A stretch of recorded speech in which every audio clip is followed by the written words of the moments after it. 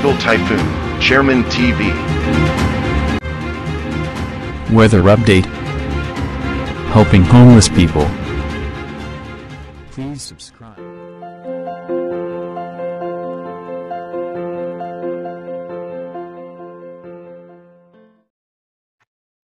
Magandang umaga po. Ito po ang latest update natin ngayong araw, August 7, 2025.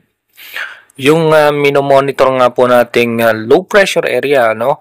Yung pinakasentro nga po nito ay namataan nga po natin dito sa eastern section ng Daet Camarines Sur.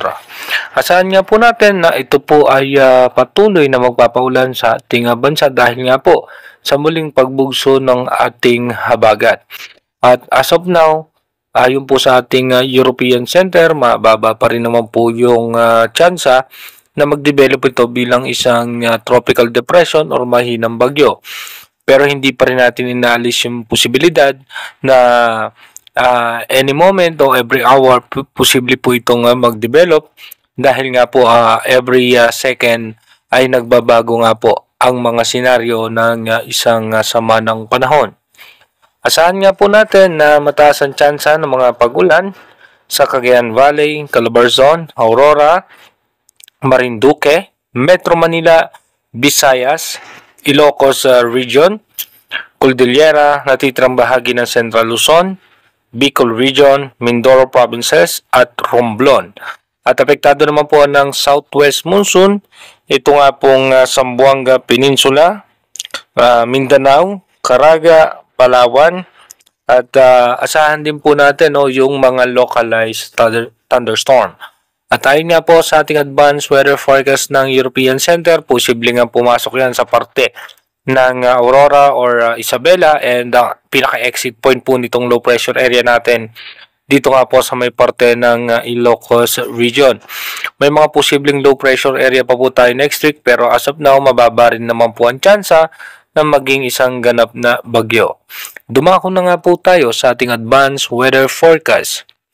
Dito nga po sa ating advanced weather forecast, mapapansin nga po natin yung possible nga po ngayong araw o bukas, ay dahil nga mabagal yung takbo nitong low pressure area, ay posibleng almost stationary o dito nga po siya sa may parte ng Aurora mag-stationary. At after po niyan, posibleng pumasok po yan sa parte ng Isabela, and makikita naman natin yung exit point po niyan dito nga sa may parte ng Ilocos Region. At pag nandito na po yan sa parte ng West Philippine Sea, apektado po niyan ang western section ng ating bansa dahil din po sa paghatak niya sa habagat. At pagkatapos po niyan, diyan din po siya malulusaw dito nga sa may West Philippine Sea. At asahan nga po natin lalong-lalo na po next week yung posibleng mas maulan dahil nga po sa pagbugso pa ng habagat.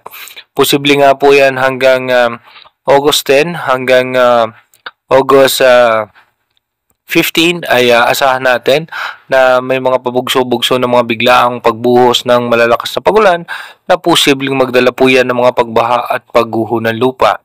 Kaya inuulit ko po para sa ating mga kababayan, maghanda pa rin po tayo at magdala rin tayo ng mga payong dahil nga po sa mga posibleng biglaang pagbuhos ng pagulan, lalong-lalo nga po ngayon papalakas na naman yung pagbugso ng ating hanging habagat. Dito nga po mapapansin natin, ito na po by August 17, August 13, 14, 15. Dito makikita naman po natin sa ating advanced weather forecast sa ating monitor mas maraming posibleng pagulan at mayroon nga pong possible low pressure area na mabubuo muli sa loob ng ating bansa. At isa po ito sa magiging main factor muli sa paghatak sa habagat at magdudulot muli yan ng pagulan sa ating bansa. Kaya manatili nga po tayong tumutok sa ating advanced weather forecast para malaman natin yung mga posibleng sama ng panahon na makakaapekto sa ating bansa. Mag-iingat po tayo palagi. God bless po sa ating lahat.